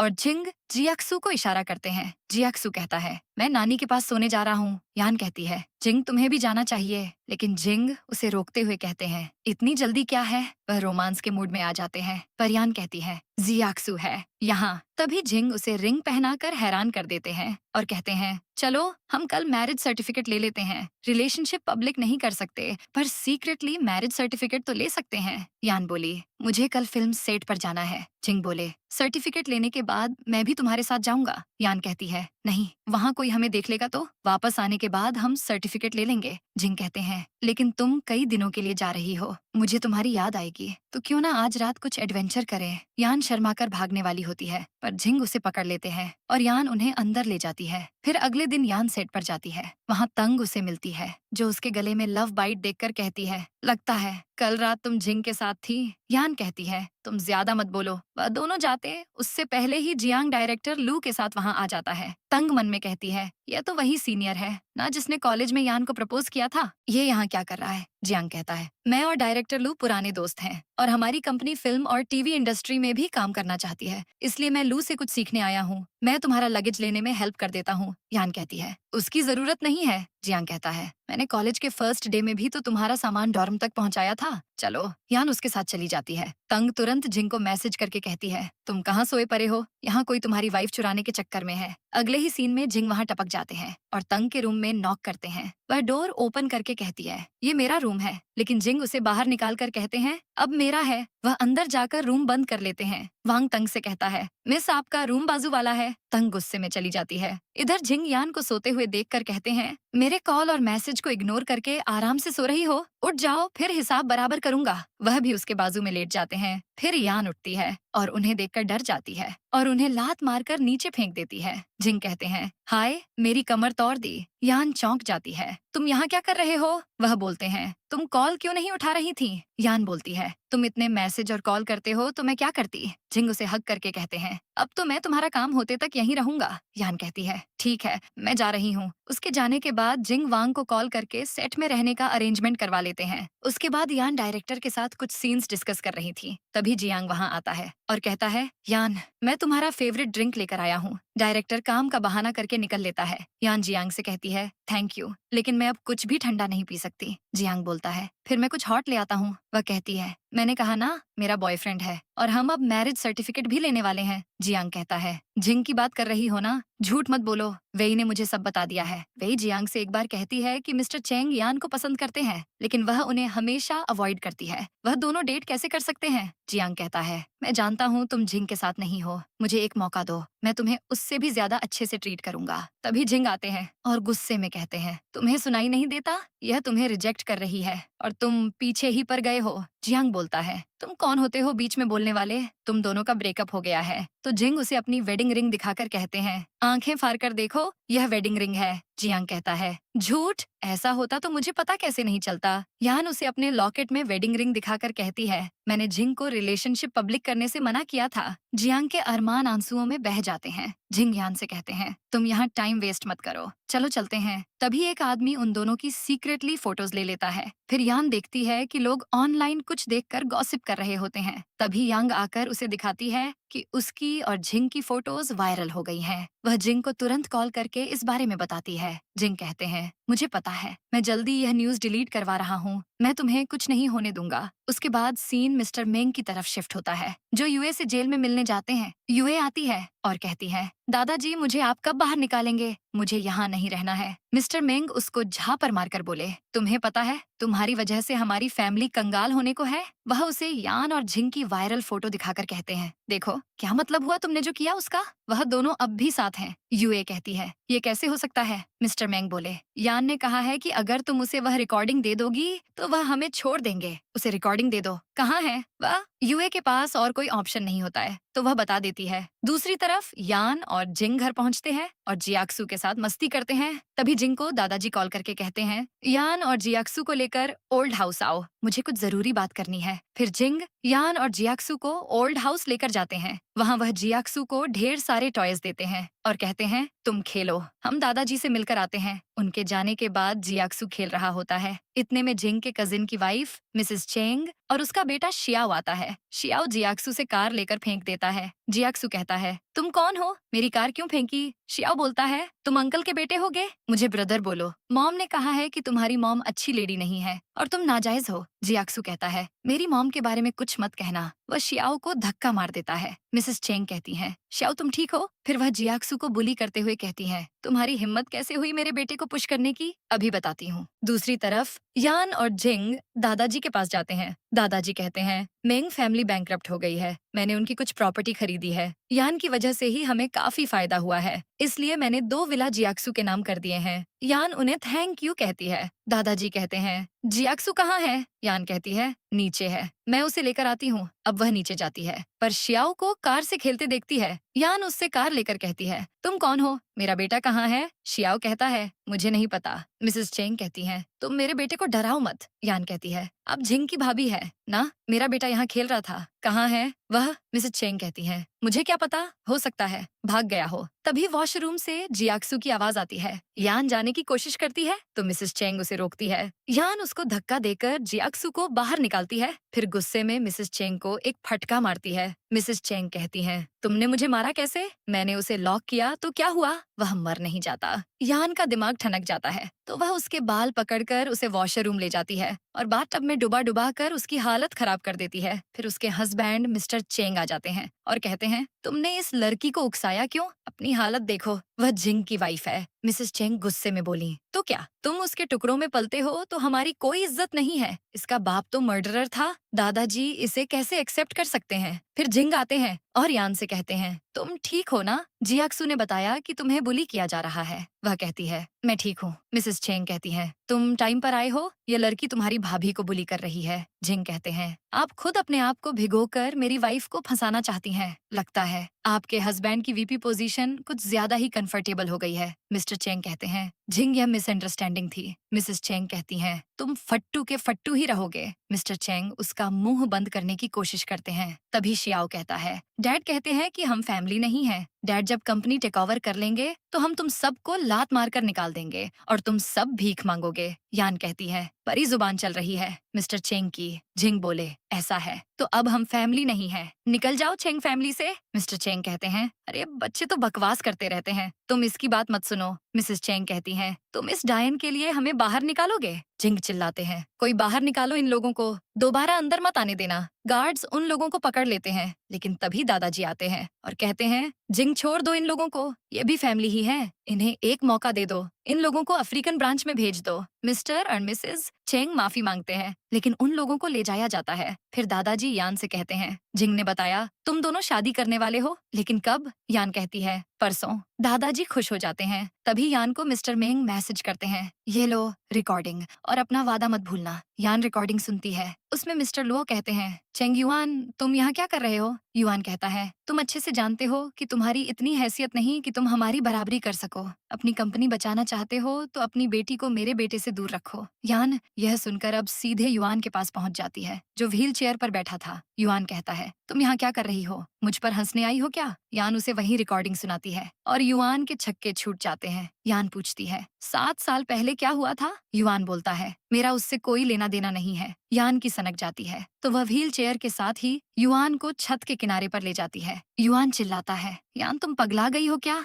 मैं मरा तो तुम्हें फांसी होगी, तुम्हारे डैड से मेरा कोई लेना देना नहीं है। यान बोली, फिर वह रिकॉर्डिंग क्या है? युआन कहता है, मैं बस तुम्हारे डैड को धमकी देने गया था, मैंने कुछ नहीं किया। यान बोली, तुमने मुझे और मेरे बेटे को किडनैप किया, मैं तुम पर विश्वास क्यों करूं? सच बोल रहे हो तो प्रूफ दो, वरना नीचे से ऊपर जाओगे। वह कहता है, बताता हूँ, वह पक्का तुम्हारे डैड का दोस्त किन झेंग हो सकता है। यान कहती है, उन्होंने मेरी एब्रॉड में पढ़ने में हेल्प की थी, वह डैड को हार्म क्यों करेंगे? युआन कहता है, मैं झूठ नहीं बोल रहा, वह कई बार मेरे पास आया था हाथ मिलाने, ताकि हम मिलकर तुम्हारे डैड को हार्म कर सकें, लेकिन मैंने उसे इग्नोर कर दिया। जरा सोचो, तुम्हारे डैड के मरने के बाद ही उसकी कंपनी की ग्रोथ हुई। यान इस बारे में सोचती है और व्हील चेयर छोड़ देती है। युआन चिल्लाता है और इधर यान गिरने वाली होती है कि झिंग आकर उसे पकड़ लेते हैं और युआन से कहते हैं, भौंकना बंद करो, तुम जिंदा हो। युआन की जान में जान आ जाती है। वह कहता है, पुलिस को कॉल करो। यान ने मुझे मारने की कोशिश की। जिंग बोले, चुप, चेंग फैमिली का नाम डुबा दिया तुमने। वह यान को बिठाकर उसके पैर को चेक करते हैं। युआन कहता है, गद्दार, मैं नीचे गिरने वाला था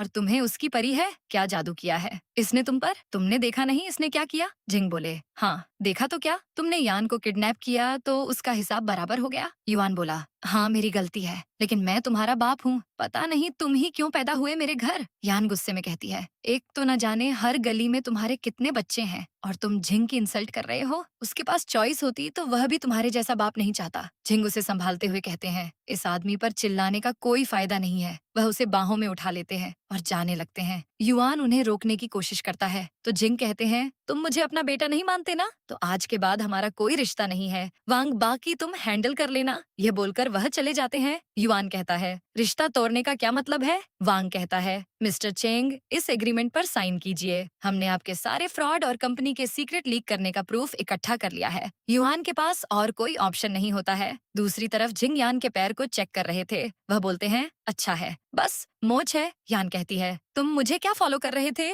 तुमने मुझे रोका क्यों नहीं? वह बोले, अगर तुम्हारे डैड की मौत का चेंग युआन से कोई लेना देना होता तो मैं तुम्हें किसी डिफिकल्ट सिचुएशन में नहीं डालना चाहता था। यान कहती है, गधे हो तुम, उसके साथ साथ मैं भी नीचे से ऊपर चली जाती। जिंग कहते हैं, मुझे पता है, तुम बैकअप प्लान बनाकर गई थी, वैसे भी वह बुढ़ा ऐसे ही नहीं मरेगा। फिर हम कनिन झेंग को देखते हैं। वह मिसेस लुओ से कॉल पर पूछता है, क्या यान और जिंग एक हो गए हैं? मिसेस लुओ कहती हैं, हाँ, पर वह अभी रिलेशनशिप पब्लिक नहीं कर रहे। जब दोनों वेडिंग करेंगे तो मैं तुम्हें सेलिब्रेशन के लिए जल्दी बुलाऊंगी। झेंग खुद से कहता है, मुझे देखना पड़ेगा कि यान का एटीट्यूड अभी कैसा है। अब यान का क्लास रियूनियन होता है। वहाँ शियांग वान नाम की लड़की होती है जिसे क्लासमेट कहते हैं। तुम्हारे इयररिंग्स और नेकलेस तो बहुत महंगे लगते हैं। वह कहती है, यह तो कुछ भी नहीं है, मेरी रिंग देखो, मेरे हस्बैंड ने ऑक्शन में पूरे 5 मिलियन में खरीदा है। क्लासमेट कहते हैं, वाओ, तुम्हारा हस्बैंड कितना अच्छा है। फिर यान और वही आते हैं। क्लासमेट कहते हैं, यान, तुम तो अभी भी उतनी ही सुंदर हो। तुम एब्रॉड गई थी ना पढ़ने, वहाँ लाइफ कैसी थी? लड़के तो तुम्हारे पीछे पागल ही होंगे। वान जेलसी में कहती है,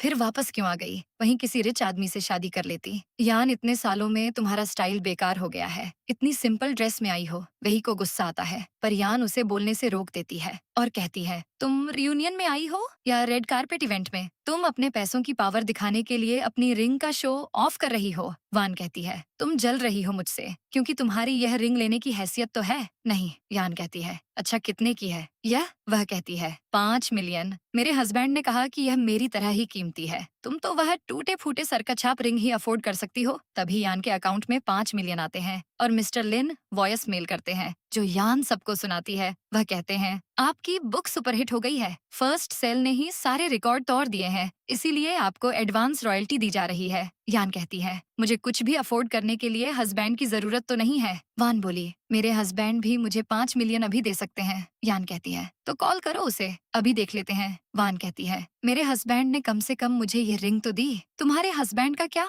उसकी हैसियत नहीं है क्या? तभी एक बॉडीगार्ड आकर यान से कहता है, मैडम, ये डायमंड नेकलेस बॉस चेंग ने भेजा है। ऐसे दुनिया में 2 ही नेकलेस हैं, जिसमें से एक क्वीन ऑफ द वेस्ट पहनती है। आपको पसंद आया? यान कहती है, इसे यहीं रख दो। सब हैरान हो जाते हैं और वान की बोलती बंद हो जाती है। फिर झिंग का मैसेज आता है, तुम्हें मेरा गिफ्ट मिला, अभी के लिए इससे काम चला लो, आज मैं तुम्हें एक और सरप्राइज दूंगा। क्लासमेट कहते हैं, तुम्हारा हस्बैंड कितना रिच है? वान कहती है, मुझे कुछ काम है, मैं चलती हूँ। वह शर्म से पानी पानी होकर भाग जाती है और सब हंसते हैं। क्लासमेट पूछते हैं, यान, तुम्हारा हस्बैंड कौन है? क्या तुम उससे अब्रॉड में मिली? वह कहती है, मैं उससे अब्रॉड जाने से पहले मिली थी, लेकिन वह काम की वजह से फॉरेन में ही रहते हैं, इसलिए मैंने नहीं बताया। आज मैं सबको वेडिंग पार्टी समझकर ही ट्रीट दूंगी। सब खुश हो जाते हैं। इसके बाद यान बाहर आती है और जिंग उसे मैसेज करते हैं, मैंने आज कैसा परफॉर्म किया, मुझे रिवॉर्ड तो मिलेगा ना? इतने में वह वहाँ झेंग को देखती है और उसे युआन की बात याद आती है। उसे गुस्सा आता है। तभी झेंग उसे देखकर कहता है, यान तुम यहाँ? यान गुस्सा कंट्रोल करके कहती है, आप यहाँ क्या कर रहे हैं? वह कहता है, मैं तो बिजनेस डिनर के लिए आया था। उसके दोस्त पूछते हैं, ये कौन है? चेंग कहता है, ये मेरी नीस यान है, इसके डैड मेरे अच्छे दोस्त थे। उसके दोस्त कहते हैं, कौन? लुओ ग्रुप के चेयरमैन जिन्होंने सुसाइड कर लिया, सुना है, उनकी वजह से कई लोगों की जान चली गई। झेंग कहता है, उस बारे में बात ना करें तो ठीक होगा। यान तुम बुरा मत मानना। वह कहती है, यह लोग डैड को नहीं जानते, पर आप तो उन्हें अच्छे से जानते हैं कि उन्हें फंसाया गया था। आपने उन्हें सपोर्ट क्यों नहीं किया? उसके दोस्त कहते हैं, मिस्टर किन, क्या यह सच है? यान कहती है, हाँ हाँ अंकल और डैड ने साथ में बिजनेस शुरू किया था। जब इनके बिजनेस में प्रॉब्लम हुई तो डैड ने इन्हें फंडिंग दी। झेंग के दोस्त बोले, मिस्टर केन, आपने इस बारे में कभी बताया क्यों नहीं? मतलब लुओ ग्रुप में कुछ तो गड़बड़ चल रही थी। झेंग कहता है, हाँ लुओ, यान के डैड वैसा कभी नहीं कर सकते थे, लेकिन मैं इतने सालों में पता नहीं लगा पाया कि उन्हें किसने फंसाया था। यान कहती है, लेकिन आज नहीं तो कल वह पकड़ा ही जाएगा। झेंग के पसीने छूट रहे थे। वह बोलता है, सही कहा, अब तुम भी अपने फ्रेंड्स के साथ एंजॉय करो, हम फिर मिलते हैं। वह चला जाता है। ये सब वान सुन लेती है। यान जिंग को मैसेज करके कहती है, मैं कखिन झेंग से मिली। उधर वान सोचती है, तो यह यान लुओ ग्रुप के चेयरमैन की बेटी है। आज तो मैं इसे एक्सपोज करके रहूंगी। फिर देखते हैं क्या इज्जत रह जाती है इसकी। अब झिंग यान को पिक करने आते हैं। वह कार में बैठती है और झिंग करीब आकर उसकी सीट बेल्ट लगाने लगते हैं। वह पूछती है, तुम कब आए? वह बोले, आधे घंटे पहले। तुम्हें मेरा रिवॉर्ड तो याद है ना? आज हम घर नहीं जा रहे, मैं तुम्हें कहीं लेकर जाने वाला हूँ। यान कंफ्यूज हो जाती है। फिर झिंग उसकी आंखें बंद करके उसे बास्केटबॉल ग्राउंड में ले जाते हैं। वह उसकी आंखों से हाथ हटाते हैं और यान खुश होकर कहती है, यहाँ तो हम पहली बार मिले थे। पास्ट में दिखाते हैं कि जिंग बास्केटबॉल खेल रहे थे, तब बॉल यान के पास चली गई थी। जिंग कहते हैं, क्या तुम बॉल पास करोगी? यान उन्हें बॉल देती है। प्रेजेंट में जिंग कहते हैं, मुझे लगता है मैंने तुम्हें ठीक से अभी तक प्रपोज नहीं किया है और उसके लिए इससे बेस्ट कुछ नहीं है। वह घुटनों पर बैठकर कहते हैं, क्या तुम मुझसे शादी करोगी? यान इमोशनल होकर यस बोल देती है। जिंग उसे रिंग पहनाते हैं और उसे स्पिन करने लगते हैं। यान उन्हें किस कर लेती है। फिर अगले दिन दोनों आराम से सो रहे थे। तभी जिंग को वांग का कॉल आता है। वह कहता है, बॉस, मैडम की आइडेंटिटी एक्सपोज हो गई है। फिर यान को मिसेस लुओ कॉल करके कहती हैं, यान तुम जहाँ भी हो वापस मत आना, पड़ोस के लोग जान गए हैं तुम्हारे डैड के बारे में। यान और जिंग को 440 वोल्ट का झटका लगता है। मिसेस लुओ जियाक्सू के साथ होती है और चुई हुआन उन्हें ताना मारते हुए कहती है, सब सुनो, 7 साल पहले जिस कंपनी के फूड प्रोडक्ट की वजह से कई लोगों की मौत हो गई, उस कंपनी का चेयरमैन मिसेस लुओ का हस्बैंड था। इन लोगों ने कई लोगों की जान ली है। मिसेस लुओ रोने लगती है तो जियाक्सू कहता है, नानी आप रो मत, मॉम इन लोगों को मजा चखाएगी। तभी वहाँ एक गार्ड आ जाता है और चुई हुआन की फट जाती है। फिर झिंग आकर कहते हैं, लगता है उस दिन का सबक काफी नहीं था, भागो यहाँ से। चुई हुआन भाग जाती है। दूसरी तरफ तंग यान से कहती है, तुम ऑनलाइन कमेंट्स मत देखना, एक बार हमें सबूत मिल जाए फिर सबको पता चल जाएगा कि तुम्हारे डैड इनोसेंट थे। फिर झिंग मिसेस लुओ और जियाक्सू के साथ वहाँ आते हैं। यान पूछती है, आप दोनों ठीक है ना? किसी ने आपको बुली किया? जियाक्सू कहता है, नहीं, डैड को देखते ही सब भाग गए। यान कहती है,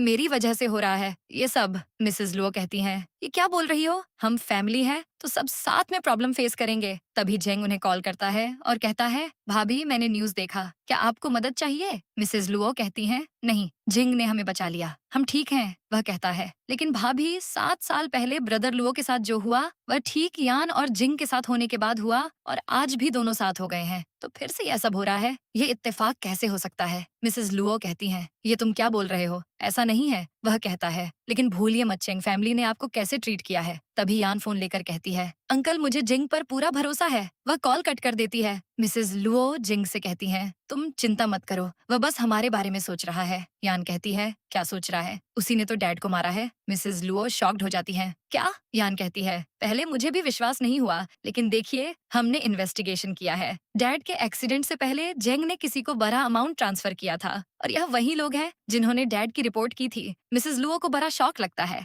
लेकिन वह तो तुम्हारे डैड का बेस्ट फ्रेंड था, वह ऐसा क्यों करेगा? जिंग कहते हैं, नीच लोग कुछ भी कर सकते हैं। इतने में वांग आकर कहता है, बॉस कंपनी में रिपोर्टर्स आ गए हैं और बोर्ड मेंबर्स भी आपसे बात करना चाहते हैं। जिंग यान का हाथ पकड़ लेते हैं। दूसरी तरफ झेंग किसी से कहता है, जितने हो सके उतने रिपोर्टर्स लेकर आओ, इस मामले को और बड़ा बनाओ ताकि लोग चेंग ग्रुप को भी बायकॉट कर दें। वह न्यूज में चेंग ग्रुप की बदनामी देखकर खुश हो जाता है और कहता है, अब देखते हैं एक लड़की के लिए झिंग अपना सब कुछ दांव पर कैसे लगाता है। यान, तुमने ही अपने डैड की इन्वेस्टिगेशन शुरू की, ये उसी का नतीजा है। फिर हम देखते हैं कि जिंग वांग के साथ ऑफिस में आते हैं और मीडिया वाले उन्हें घेर कर पूछते हैं, क्या ये सच है कि आपने एक मर्डर की बेटी से शादी कर ली? आपको शादी से पहले उसकी आइडेंटिटी पता थी? कुछ लोग कह रहे हैं कि चेंग ग्रुप भी फेक प्रोडक्ट बनाता है, क्या आपको इस बारे में पता है? जिंग कहते हैं, जो भी ऐसी झूठी अफवाह फैला रहा है उन्हें मेरी लीगल टीम जल्दी नोटिस भेजेगी। और रही बात लू यान की, तो वह मेरी वाइफ है और हम एंगेजमेंट की तैयारी कर रहे हैं। मीडिया वाले हैरान हो जाते हैं। फिर जिंग बोर्ड मेंबर्स के साथ मीटिंग में होते हैं। मेंबर्स कहते हैं, मिस्टर चेंग,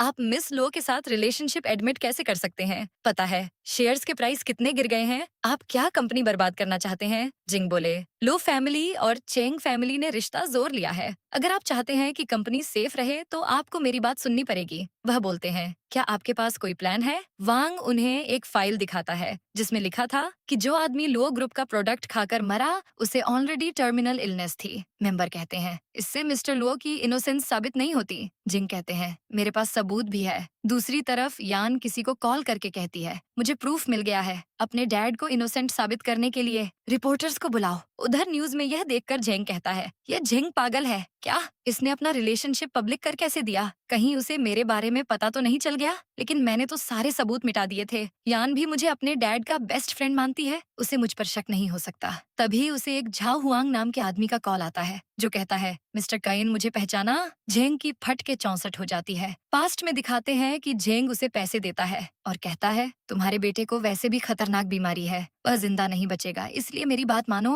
और यह पैसे लेकर अपने बेटे की मौत का जिम्मेदार लो ग्रुप को बताओ। प्रेजेंट में जेंग कहता है, हुआंग मैंने कहा था ना मुझसे दोबारा कांटेक्ट मत करना, कॉल क्यों किया? वह कहता है, मुझे पैसे की जरूरत है। अगर तुम चाहते हो तुम्हारा कांड किसी के सामने ना आए तो मुझे 10 मिलियन चाहिए। इधर रिपोर्टर्स यान के पास होते हैं और प्रूफ का वेट कर रहे होते हैं। वह कहते हैं, और कितना टाइम लगेगा? क्या आप झूठ बोल रही हैं? यान कहती है, शांत हो जाइए, सबूत आपके सामने है। तभी सब सीसीटीवी में देखते हैं कि जेंग हुआंग से मिलने आता है। हुआंग की अच्छे से धुलाई हुई थी। जेंग पूछता है, तुम्हारे फेस को क्या हुआ? वह कहता है, डेप्ट कलेक्टर्स ने मुझे मारा। मेरे पैसे कहाँ हैं? पैसे देने से पहले जेंग कहता है, मैंने कंट्री से जाने के लिए फ्लाइट बुक कर दी है। पैसे लेकर दफा हो जाओ और वापस कभी मत आना। हुआंग पैसे देखकर कहता है, ठीक है, लेकिन 7 साल पहले मैंने वही किया जो तुमने कहा। मैंने अपने बेटे को कुर्बान करके लुओ फैमिली को फंसा दिया। पता नहीं तुम मिस्टर लुओ से इतनी नफरत क्यों करते थे? उन्हें तुमने कंगाल करके मरने पर मजबूर कर दिया। वह तो तुम्हारे बेस्ट फ्रेंड थे ना? जेंग कहता है, इतने सवाल करने की जरूरत नहीं, पैसे लेकर निकलो।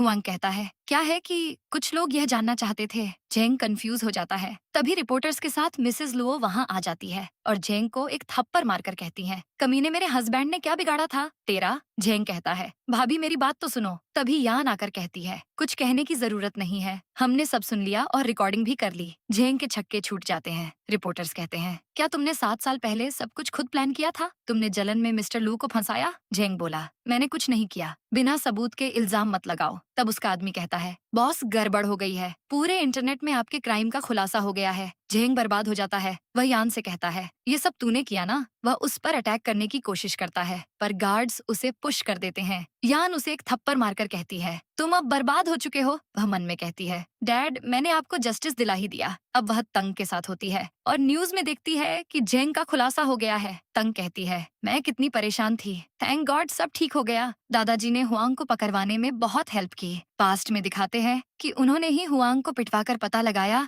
कि उसके बेटे की मौत में कुछ तो गड़बड़ थी। हुआंग कहता है, मुझे मत मारो, मेरे पास कोई प्रूफ नहीं है पर मैं जेंग से सच बुलवा सकता हूँ। फिर प्रेजेंट में तंग कहती है, अब सब ठीक हो गया है तो क्या तुम मेरे दोस्त के न्यू स्प्रिंग रिसोर्ट में चलोगी? यान ओके बोलती है। तंग कहती है, वैसे जिंग और जियाक्सु कहाँ हैं? वह कहती है, बैकयार्ड में होंगे, मैं बुला लेती हूँ। फिर अगले दिन वह लोग हॉट स्प्रिंग जाते हैं। तंग जिंग से कहती है, आज रात तुम्हारी वाइफ मेरी है। वह यान को अपने साथ ले जाती है। जिंग देखते रह जाते हैं। उधर यान तंग से कहती है, तुम क्या अपने भाई को परेशान करना चाहती हो? वह कहती है, और क्या तो, जब देखो तुमसे चिपका रहता है। एक सीक्रेट बताऊं? पता है जब उसने तुम्हें पहली बार कब देखा था? यान कहती है, बास्केटबॉल कोर्ट में। तंग कहती है, नहीं, जब तुम मेरे डांस स्टूडियो आई थी। पास्ट में दिखाते हैं कि यान स्टूडियो में थी और जिंग उसे छुपकर देख रहे होते हैं। वह तंग से कहते हैं, क्या तुम्हें लगता है कि वह मुझे पसंद करेगी? फिर जैसे ही यान विंडो की तरफ देखती है वह फौरन छुप जाते हैं। प्रेजेंट में तंग कहती है, तुम्हें पता नहीं है कि तुम्हारे बारे में जानने के लिए उसने मेरा कितना माथा खाया है। वह कब से तुम्हें पटाने का प्लान कर रहा था। अब बात करते हुए दोनों एक लेडीज रूम में एक लड़के को किसी लड़की के साथ रोमांस करते देखती हैं। तंग कहती है, ये तो लेडीज सेक्शन है, ये यहाँ कैसे आया? यान उनका वीडियो बनाते हुए कहती है, तुम सिक्योरिटी को लेकर आओ। वह चली जाती है और यान देखती है कि वह लड़की वान थी। वान यान को देख लेती है और बाहर आती है। यान कहती है, तुम्हारे हस्बैंड को पता है तुम यहाँ मुंह मार रही हो? वान कहती है, वीडियो डिलीट करो। यान कहती है, तुमने मुझे ऑनलाइन एक्सपोज किया था ना?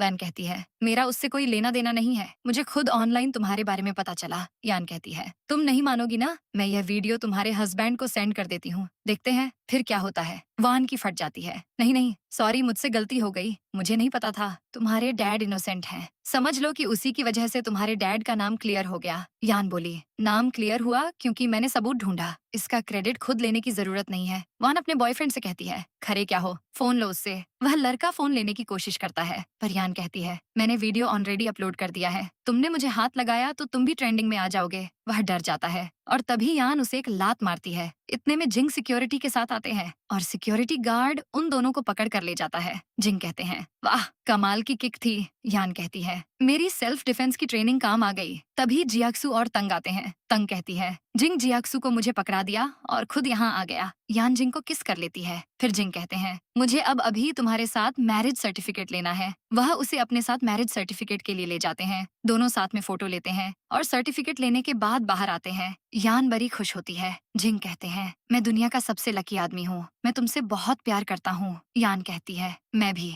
दोनों एक दूसरे को हक करते हैं और इसी के साथ ड्रामा की हैप्पी एंडिंग हो जाती है।